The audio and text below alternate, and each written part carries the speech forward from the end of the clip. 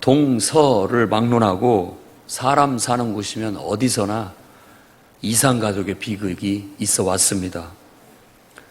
우리나라도 고려시대 때 역사적으로 보면 공려 제도를 통해서 생이별을 하게 된 사례들이 있고, 또 홍건족과 거란족의 침입에 의해서 원치 않게 이산가족이 되는 일들이 있었던 것을 기록에서 볼 수 있습니다.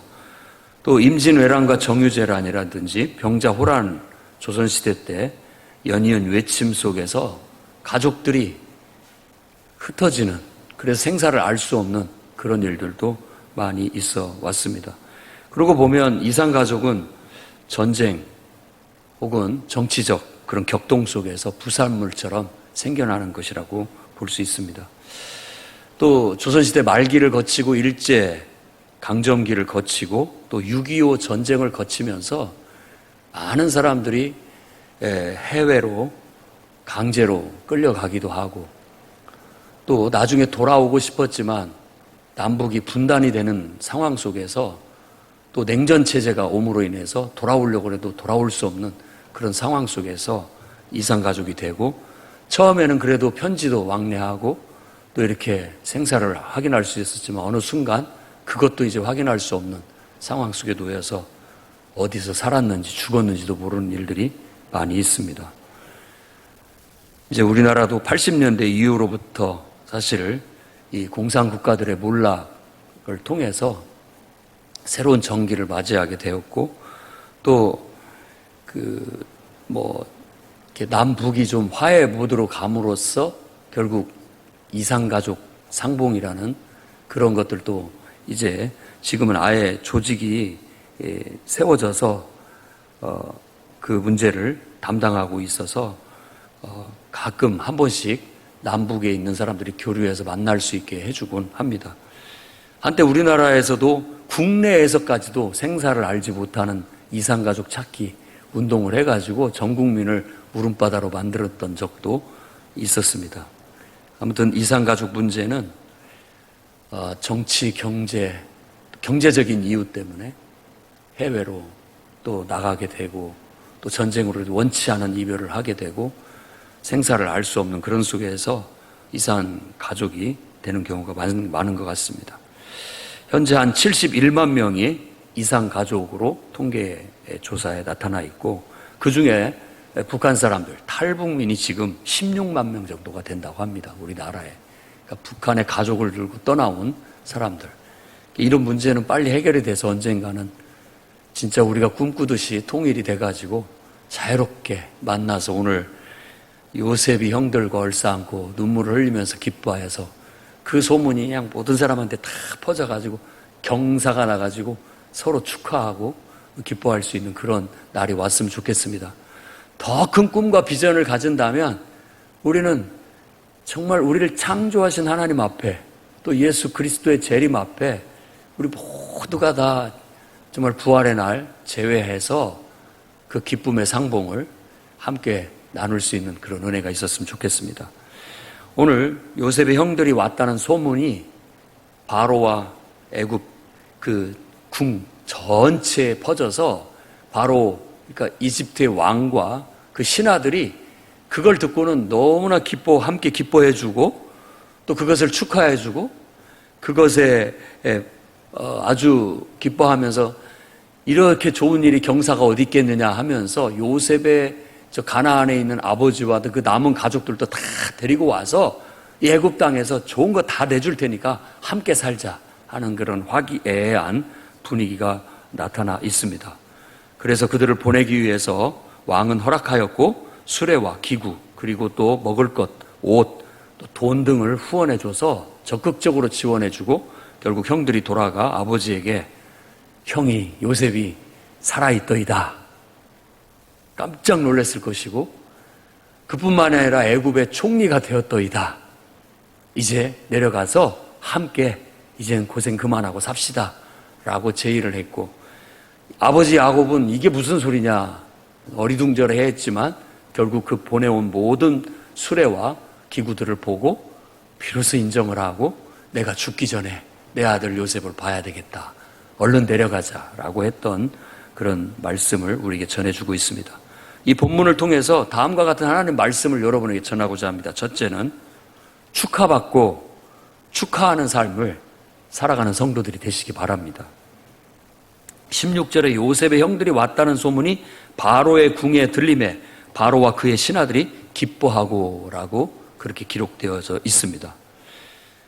요셉이 이산 가족, 그러니까 형들과 재회했다라는 것 때문에 아주 기뻐하고 있다라는 소문이 왕에게도 들렸고 그의 동료 신하들에게도 들렸습니다. 그들은 진심으로 그걸 축하해주고 함께 기뻐해줬다라는 사실입니다. 누군가를 축하한다라는 말은 사실 그 인격, 그 존재에 대해서 내가 잘 알고 있을 뿐만 아니라 그 인격, 그 존재를 내가 존중한다는 뜻이고 그 존재를, 그 사람을 응원한다는 의미가 있습니다. 그래서 우리는 어려서부터 항상 이 축하 의례를 지켜왔죠. 아기가 100일 되면 100일 기념. 그게 다 축하의 의미예요. 100일 동안 살아있다, 건강하다, 축하한다, 이런 의미죠. 1년이 되면 돌 됐다라고 또 축하하고, 생일을 맞은 축하를 하고, 또 입학을 하면 입학을 축하하고, 졸업을 하면 졸업을 축하하고, 취직을 하면 취직을 축하하고, 또 자격증을 따면 그걸 또 축하하고, 면허증 따면 그걸 또 축하하고, 모든 삶에 축하 의식이 널려져 있습니다. 그것은 우리가 살아가는 공동체 속에서 서로를 알아가고 알고 있고 서로를 존중하고 또 응원하고 격려한다는 의미를 갖고 있는 겁니다. 그래서 그런 축하를 잘 해주는 사람이, 그런 사람이 경우가 바른 사람이에요. 그래서 저는 오늘 이 바로와 그의 신하들이 진심으로 요셉의 이산가족 상봉을 너무나도 함께 기뻐해주고 축하해주는, 그래서 뭐든지 다 내주겠다. 야, 너무나 축하한다. 돈도 내놓고 재물도 내놓고 뭐든지 필요하면 다 내놔서 함께 그 기쁨을 축하해 주려고 하는 왕과 그 신하들의 모습을 보면서 우리 성도들도 살면서 진심으로 축하해 주면서 살아가시기 바랍니다.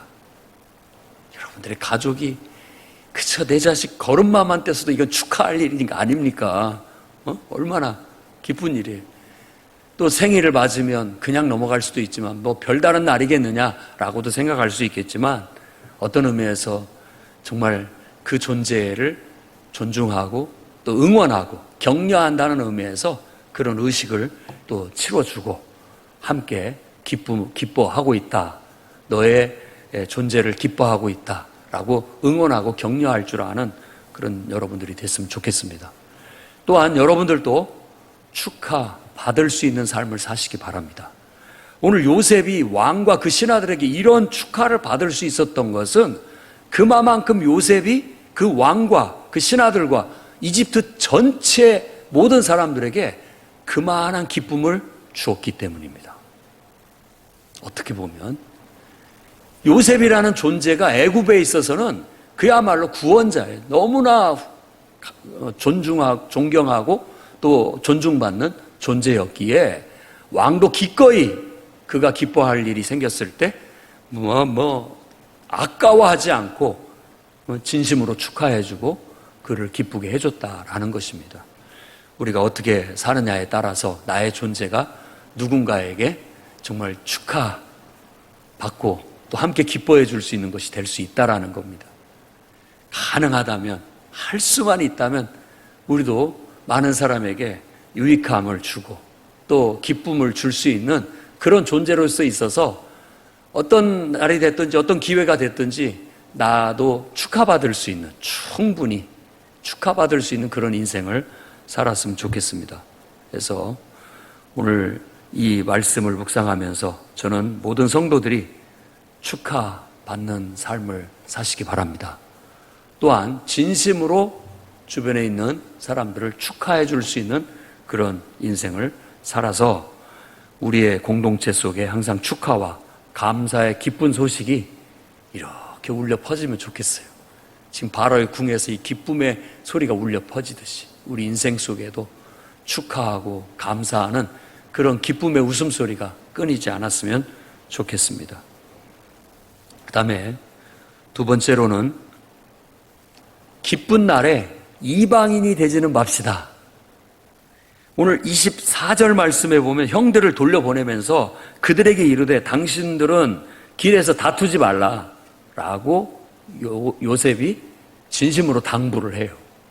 근데 이 요셉의 당부는 사실 형들이 과거사에 연원해가지고 서로 니 탓 내 탓 하면서 길 가다가 서로 다툴까봐 염려해서 하는 말이었습니다.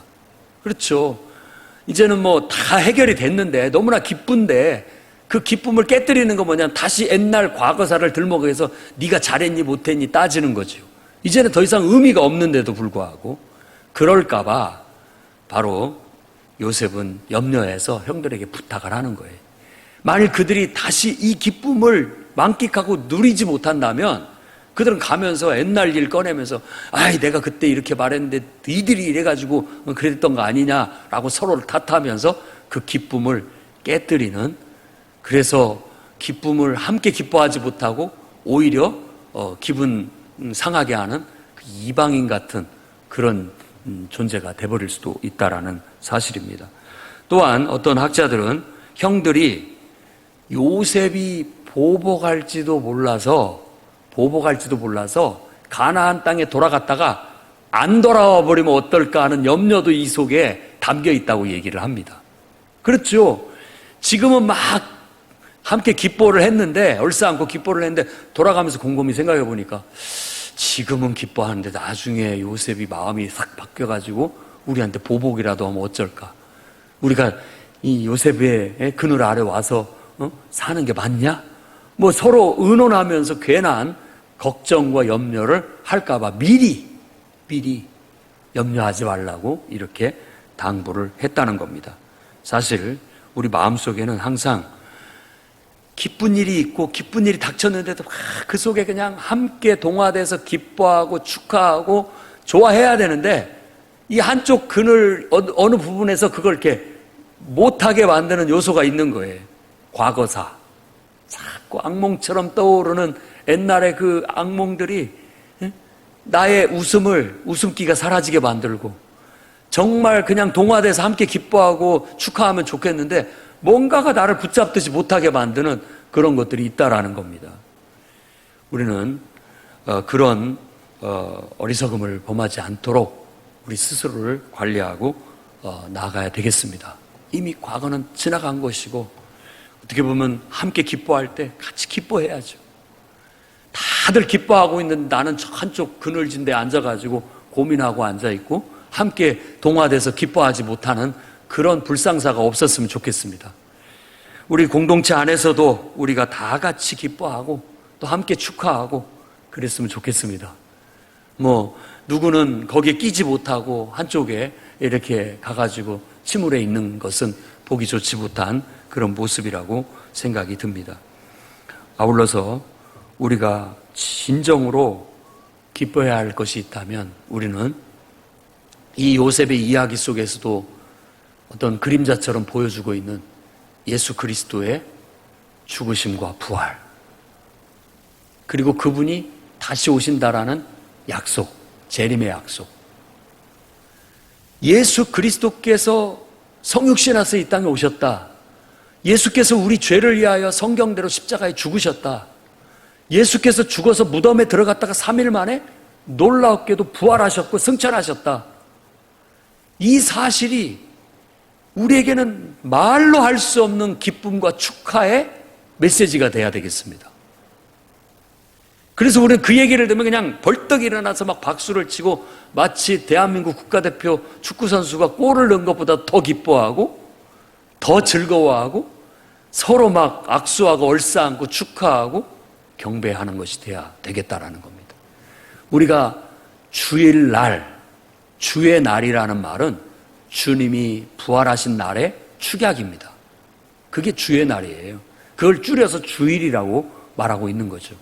그렇다면 주일날 우리가 모임을 가지고 예배를 드리는 것은 바로 예수님의 부활을 축하하기 위해서 모이는 셀러브레이션이라는 거예요. 이게.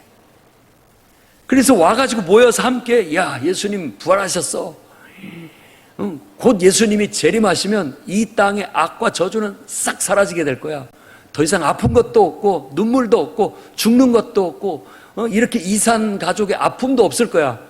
그때는 모든 것들이 다 악과 저주가 거두어져서 더 이상 우리의 눈에 눈물이 없을 것이고, 하나님은 우리 하나님이 되고 우리는 그분의 백성이 되어서 새로운 정말 삶이 우리에게 주어질 거야. 얼마나 기쁘니?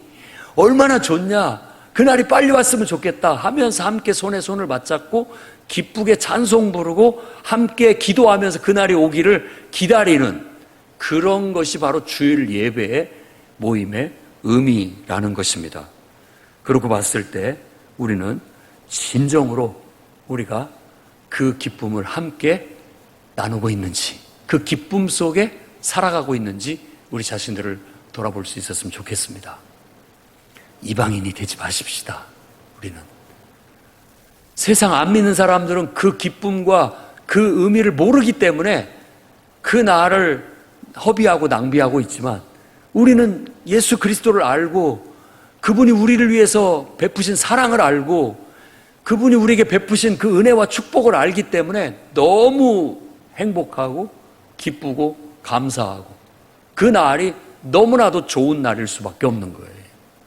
세상 사람들은 야, 너도 일요일 날 좀 놀러도 가고 즐기고 뭐 어찌라고 얘기하지만 못 모르는 소리 하지 말라고, 우리는 이게 더 기쁘고 이것이 더 즐거운 일이라고 말할 수 있는 저와 여러분이 돼서 기쁜 날에 이방인이 되어 정말 한쪽에 우울하게 있는 그런 존재가 아니라 진정으로 그 기쁨에 동참해서 함께 축하하고 기뻐할 수 있는 저와 여러분이 될 수 있기를 바랍니다. 세 번째로는 우리 죽기 전에 주님의 재림을 보기를 소망하며 살아갑시다. 28절 보니까 내 아들 요셉이 살아있으니 내가 죽기 전에 가서 그를 보리라. 아멘. 야곱 그에게 있어서 요셉은 정말 가슴 아픈 아들이에요. 가슴 아픈 아들이죠. 그가 사랑하는 아내, 결국은 그 아들 낳고 둘째 아들 낳다가 죽어 없어졌어요. 어쩌면 그 아내를 쏙 빼닮아가지고 정말 더 애착이 가고 사랑이 갔던 아이였는데 그 아이가 갑자기 없어졌어요. 그리고 그에게는 죽은 아이였어요. 그리고 그가 자기도 따라 죽겠다고 할 만큼 그런 슬피 울면서 그 가슴 속에서 떠나보내야만 했던 그 아들이었습니다. 그런데 오늘 믿기지 않는 소식이 들리는 거예요. 그가 살아있더이다. 뭐? 정말 살아있단 말이냐? 그뿐만이 아닙니다. 애굽의 총리가 되어 있더이다. 이게 도대체 무슨 소리냐? 이게 도대체 믿어지지가 않는다. 이게 무슨 소리냐? 라고 그 아버지는 그렇게 말을 했죠. 나가서 그에게 보내진 마차와 여러 가지 기구들과 모든 걸 보니까 거짓말은 아닌 거예요. 그래서 그는 결국 그것을 인정하고 당장에 내가 죽기 전에 내 아들을 꼭 만나야 되겠다라는 소망을 피력하게 되는 것입니다. 여러분 인생 속에서도 죽기 전에 꼭 만나고 싶은 사람이 있으십니까? 꼭 그 사람을 죽기 전에 만나서 회포를 풀 수 있기를 축복합니다. 아마 어쩔 수 없이 이국 멀리 있어서 쉽게 만날 수 없는 그런 분일 수도 있을 겁니다. 또 어떤 이유에서인지 경제적인 이유, 또 정치적인 이유, 뭐 여러 가지 이유 때문에 또 뭐 인생의 여러 가지 우여곡절과 이런 것들 때문에 보고 싶어도 볼 수 없고 만나고 싶어도 만날 수 없는 그런 존재도 있을 수 있을 겁니다. 하나님이 은혜를 베풀어서 마음껏 만나 껴안고 함께 기뻐할 수 있는 그런 기쁜 시간이 주어질 수 있기를 바랍니다. 죽기 전에 이 땅에서 그런 기쁨을 꼭 누릴 수 있기를 늘 바라고 기도하겠습니다. 또한 우리 성도들은 우리 주님이 오시는 그날을 가장 기쁜 날이라고 믿고 사셔야 되겠습니다. 우리 주님이 오시는 날. 그래서 옛날에는 낮에나 밤에나 눈물 머금고 내 주님 오시기만 고대합니다. 주님 고대가라는 찬송이 얼마나 유행했는지 몰라요. 그 찬송만 부르면 그 막 힘들고 지칠 때 그 어두컴컴한 예배당에 와서 그 찬송 부르고 눈물 좀 빼놓으라면 그래도 시름도 다 잃고 또 서러움도 다 잃고 또다시 새 힘을 얻고 용기를 얻어서 살아갈 수 있었던 그런 기억이 납니다. 주님의 재림에 대한 소망은 우리에게 그런 희망과 용기를 줍니다. 그런 희망과 용기를 줘요. 그래서 우리 믿음은 주님 다시 오시는 날을 기다리는 겁니다. 그날에는 우리가 아마 사랑했던 가족들 죽음의 이별을 가졌던 사람들도 다시 만날 수 있는 아마 그런 재회의 기쁨을 맛볼 수 있을 겁니다. 또한 이 땅에서 모든 게 정말 부당하고 불이고 악인 것처럼 느껴지는 이 험한 세상 속에서 이런 문제로 인한 위로와 하나님께서 신원, 갚아주신 그런 기쁨을 맛보게 될 겁니다. 그러니 우리 성도들은 정말 주님이 다시 오시는 그날을 기쁜 마음으로 소망하고 우리 죽기 전에 주님 오시면 좋겠습니다 라고 소망하고 살아갑시다. 주님이 언제 오실지는 주님 뜻에 달려 있겠지만 우리는 우리 살아평생에 주님을 정말 만났으면 좋겠다라는 그런 소망을 갖고 하루하루 위로받고 또 용기를 얻어 살아갈 수 있기를 바랍니다. 진정으로 온 세상이 좋아하고 기뻐야 할 기쁜 소식은 바로 예수 그리스도에 대한 소식입니다. 그분이 우리를 위해서 이 땅에 인간으로 오셨습니다. 기뻐하시기 바랍니다. 그분이 우리를 위해서 우리 죄를 사하시기 위해서 십자가에 죽으셨습니다. 그 죽음은 가슴 아픈 일이지만 우리에게는 더할 나위 없는 기쁜 소식이 되어 우리를 죄와 저주로부터 우리를 벗어나게 해주셨습니다. 그러니 우리는 그 은혜 안에서 기뻐해야 되겠습니다. 그분은 죽은 자 가운데서 살아나셔서 우리에게 영생의 소망을 주셨습니다. 우리도 예수 그리스도의 부활하신 모습처럼 언젠가 이 늙고 병들고 썩을 육체가 썩지 않을 몸을 예수님이 부활하신 그 영광스러운 신령한 몸을 입게 되는 날이 오게 될 겁니다. 그러니 기뻐하시기 바랍니다. 그리고 그분은 이제 승천하셔서 하나님 우편에 계시다가 때가 되면 이제 그의 약속하신 모든 것을 성취하시러 영광 속에서 이 땅에 재림하실 겁니다. 그 기쁨을 함께 나눌 수 있는 저와 여러분이 될 수 있었으면 좋겠습니다. 예수님의 복음을 기뻐하고 진심으로 축하하고 더 나아가서는 그 복음을 받아들이고 예수 믿기로 결단하고 거듭난 새 생명을 인해서도 우리가 진정으로 축하하고 함께 기뻐할 수 있기를 바랍니다.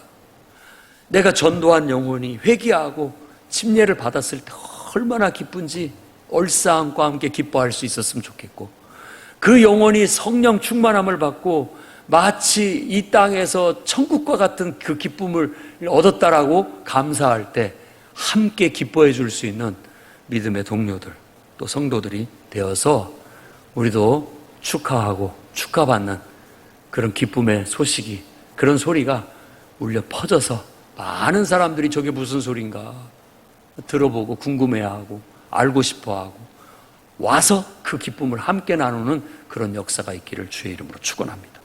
기도하겠습니다. 거룩하신 주님,